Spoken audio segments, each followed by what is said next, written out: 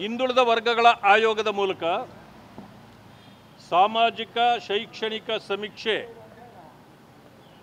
ನಿನ್ನೆಯಿಂದ ಪ್ರಾರಂಭ ಆಗಿದೆ.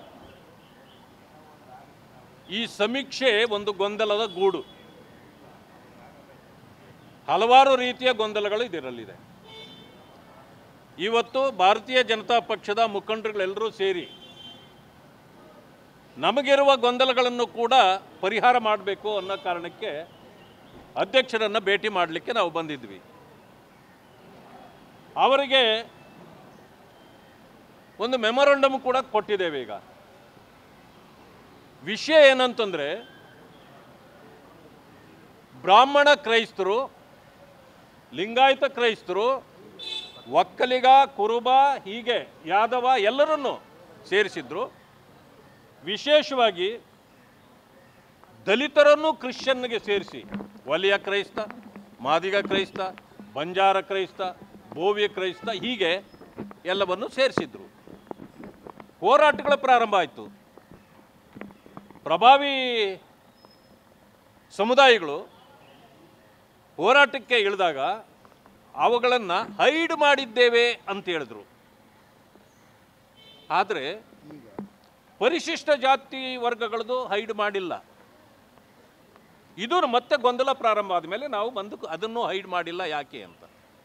ಈಗ ಅವರೊಂದು ಮಾತು ಹೇಳಿದರು, ಅವುಗಳನ್ನು ಹೈಡ್ ಮಾಡಿದ್ದೇವೆ ಅಷ್ಟೇ, ನಿಮಗೆ ಕಾಣಲ್ಲ, ಅದು ನಮಗೆ ಕಾಣ್ತವೆ ಅಂತ.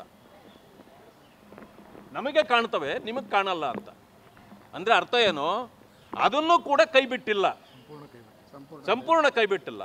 ಮತ್ತು ನಮ್ಮದು ಹೈಡ್ ಮಾಡಿಲ್ಲ ಯಾಕೆ ಅಂತಂದರೆ, ಈಗ ನಾವು ಕೇಳಿದ್ವಿ ಅದನ್ನು ಹೈಡ್ ಮಾಡೋದಾದರೆ ನಮ್ಮದು ಮಾಡಿ ಅಂತ ಕೇಳಿದ್ವಿ.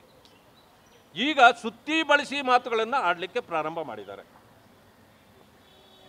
ಬಹುಶಃ ನಾವು ಹೇಳಿದ್ದು ಅವ್ರಿಗೆ ಅರ್ಥ ಆಗಲ್ವೋ, ಅವ್ರು ಹೇಳಿದ್ದು ನಮಗೆ ಅರ್ಥ ಆಗಲ್ವೋ ಗೊತ್ತಾಗಿಲ್ಲ.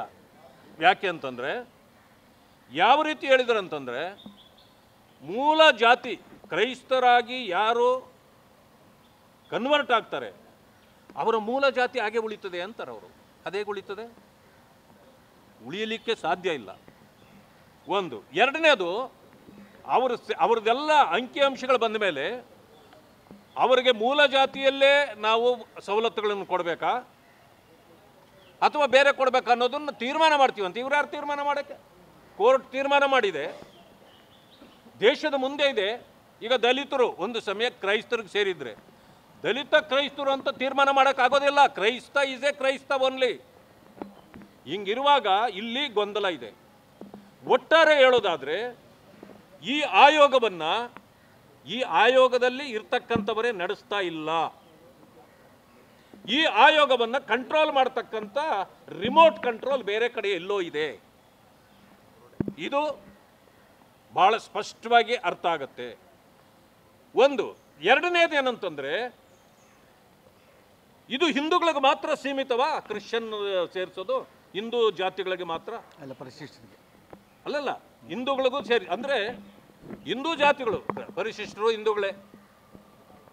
ಮತ್ತೆ ಇದನ್ನ ಹೊರಗಡೆ ನಿಂತು ನೀವು ಯಾರು ಕಂಟ್ರೋಲ್ ಮಾಡ್ತಿದ್ದೀರಿ? ಆದರೆ ನನಗನ್ನಿಸ್ತಕ್ಕಂಥದ್ದು ಇದು ಹಿಂದುತ್ವ ವಿರೋಧಿ ನೀತಿ ಅಂತಕ್ಕಂಥದ್ದು ಇಲ್ಲಿ ಸ್ಪಷ್ಟವಾಗಿ ಆಗುತ್ತೆ.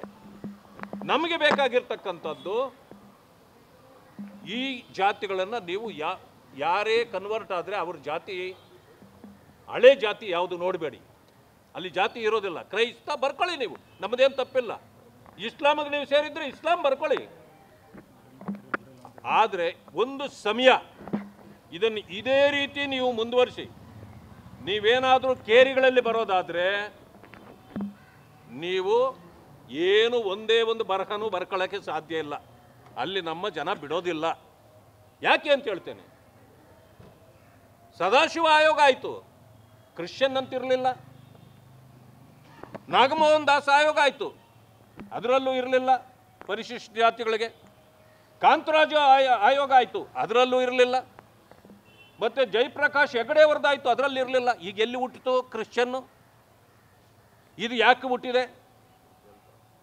ಇದು ಟೋಟಲಿ ಷಡ್ಯಂತರದ ಭಾಗವಾಗಿದೆ. ಆ ಕಾರಣದಿಂದ ನಾವೀಗ ಅಧ್ಯಕ್ಷರಲ್ಲಿ ಮನವಿ ಮಾಡಿದ್ದೇವೆ. ಇವತ್ತು ಸಂಜೆನೇ ನಾನು ಸಭೆ ಕರೆದು ತೀರ್ಮಾನ ತೆಗೆದುಕೊಳ್ತೀನಿ ಅಂತ ಹೇಳಿದ್ದಾರೆ.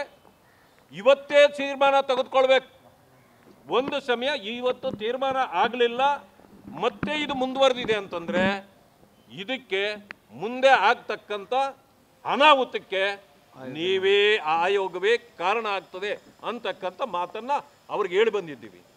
ಅಲ್ಲಿ ಮಾತಾಡುವಾಗ ಕೆಲವು ವಾದ ವಿವಾದಗಳು ಕೂಡ ಆಯಿತು, ಏರು ಧ್ವನಿಯಲ್ಲಿ ಮಾತಾಡಿದ್ದೂ ಆಯಿತು. ಯಾಕೆ ಅಂತಂದರೆ ನಮ್ಮ ಜನರಿಗೆ ನೋವಿದೆ. ನೀವು ನಮ್ಮನ್ನು ಇದ್ದಕ್ಕಿದ್ದ ಹಾಗೆ ಅದು ಹೆಂಗೆ ನೀವೇ ಕ್ರಿಶ್ಚಿಯನ್ ಮಾಡ್ತಾ ಇದ್ದೀರಿ? ಹೇಗೆ? ನಾವು ಕ್ರಿಶ್ಚಿಯನ್ನು ಒಂದು ಧರ್ಮ, ಆ ಧರ್ಮಕ್ಕೆ ಯಾರಾದರೂ ಸೇರಿದರೆ ನಮ್ಮದು ವಿರೋಧ ಇಲ್ಲ. ಆದರೆ ಅವನ ಇಚ್ಛೆ ಅದು, ಅವನು ಸೇರ್ಕೊಳ್ಬೇಕು. ನೀವು ಒಂದು ಆಯೋಗನೇ ಸೇರ್ಕೊಂಡು ಕ್ರಿಶ್ಚಿಯನ್ ಅಂತ ಮಾಡ್ತಾರೆ ಅಂದರೆ ನೀವೇನು ಅವ್ರಿಗೆ ದಳ್ಳಾಳಿ ಕೆಲಸ ಮಾಡ್ತಾ ಇದ್ದೀರಾ? ಇಲ್ಲ, ಪಾದ್ರಿಗಳಿರ್ಬೇಕು. ನೀವು ದಳ್ಳಾಳಿ ಕೆಲಸ ಮಾಡ್ತಾ ಇದ್ದೀರಿ ಅಂತ ಆಗುತ್ತೆ. ಈ ದಳ್ಳಾಳಿ ಕೆಲಸಕ್ಕೆ ನಾವು ತಯಾರಿಲ್ಲ, ಇದನ್ನು ಮಾಡಬಾರ್ದು, ತಕ್ಷಣ ಇದನ್ನು ಕೈ ಬಿಡಬೇಕು ಅಂತ ಹೇಳ್ತಕ್ಕಂಥ ಮಾತನ್ನು ಹೇಳಿದ್ದೀವಿ. ಕೈ ಬಿಡಬೇಕು. ಮತ್ತೆ ಪತ್ರಕರ್ತರ ಮುಂದೆ ಆಯೋಗದ ನೀತಿಯನ್ನು ಅವರು ಸಂಜೆ ಒಳಗೆ ಇದನ್ನು ಪಟ್ಟಿ ಏನು ನಾವು ಪಟ್ಟಿ ಇದನ್ನು ಕೊಟ್ಟಿದ್ದೇವೋ ಅದರ ಪ್ರಕಾರ ನೋಡಿ. ಈಗಾಗಲೇ ಆದಿ ಆಂಧ್ರ ಕ್ರಿಶ್ಚಿಯನ್, ಆದಿ Karnataka Christian, Adi Dravida Christian, Banjara Christian, Budga Jangama Christian, Valiya Christian, Lamani Christian, Lambani Christian, Madiga Christian, Mahar Christian, Mala Christian, Paraya Christian, Vadda Christian, Valmiki Christian. ಏನಿದು? ನಾವು ವಾಲ್ಮೀಕಿ ಇದ್ರೆ ವಾಲ್ಮೀಕಿ, ಹೌದು. ವಲಿಯ ಇದ್ರೆ ವಲಿಯ. ಕ್ರಿಶ್ಚಿಯನ್ಗೆ ಸೇರಿದ್ರೆ ಅದು ಬೇರೆ ಕ್ರಿಶ್ಚಿಯನ್ನೇ. ಅದಕ್ಕೆ ಯಾಕೆ ವಲಿಯ ಕ್ರಿಶ್ಚಿಯನ್? ಅದಕ್ಕೆ ಯಾಕೆ ಮಾದಿಗ ಕ್ರಿಶ್ಚಿಯನ್? ಇದು ಷಡ್ಯಂತ್ರದ ಭಾಗವೇ ಹೊರತು ಇಂಥದ್ದನ್ನು ನಾವು ಸಹಿಸ್ಕೊಳ್ಳಲಿಕ್ಕೆ ಸಾಧ್ಯ ಇಲ್ಲ. ಈಗ ನೀವು 43 ಜಾತಿಗಳನ್ನು 33 ಜಾತಿಗಳನ್ನು ಯಾವ ರೀತಿ ಹೈಡ್ ಮಾಡಿದ್ದೀವಿ ಅಂತಂದರೆ ಅದನ್ನು ಇದಕ್ಕೂ ಮಾಡಿ. ಇಲ್ಲ ಅಂತಂದರೆ ಇದು ಅದು ಎರಡು ಒಂದೇ ಆಗಿರಬೇಕಲ್ಲ. ಧನ್ಯವಾದಗಳು. ನಾರಾಯಣ ಸ್ವಾಮಿ ಮಾತಾಡ್ತಾರೆ.